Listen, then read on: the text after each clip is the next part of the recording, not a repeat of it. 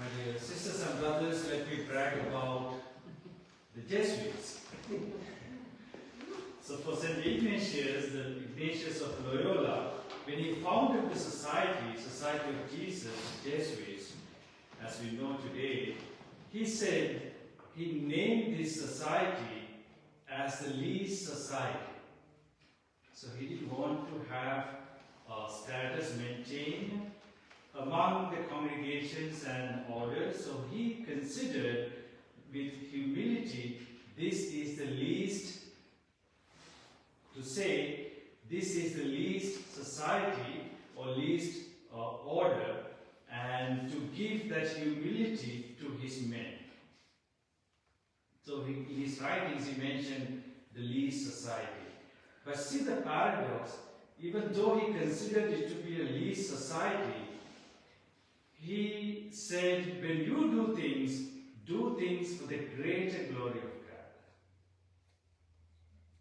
In all your doing, in all your being, choose to do the greater glory of God, that which brings greater glory. For example, if you have to choose between good and bad, of course you go to choose good.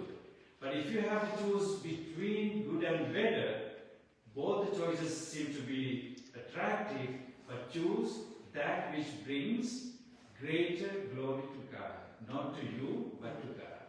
Maybe it's difficult for you to choose that. But that's where the discernment comes in. So likewise, Jesus says you are already in the kingdom if you keep these commandments. But keeping commandments itself is not enough. It's least. You are considered the least by keeping the commandments. But you can be considered the greatest in the kingdom. How? If you keep these commandments with love. So this is the foundation of today's reflection. So let us ask ourselves, we may be keeping commandments right from our initiation to Catholicism, but how much of love we have brought in keeping these commandments, and where we need to change certain ways that we go about in our personal life, at work, family, or elsewhere, so that we bring love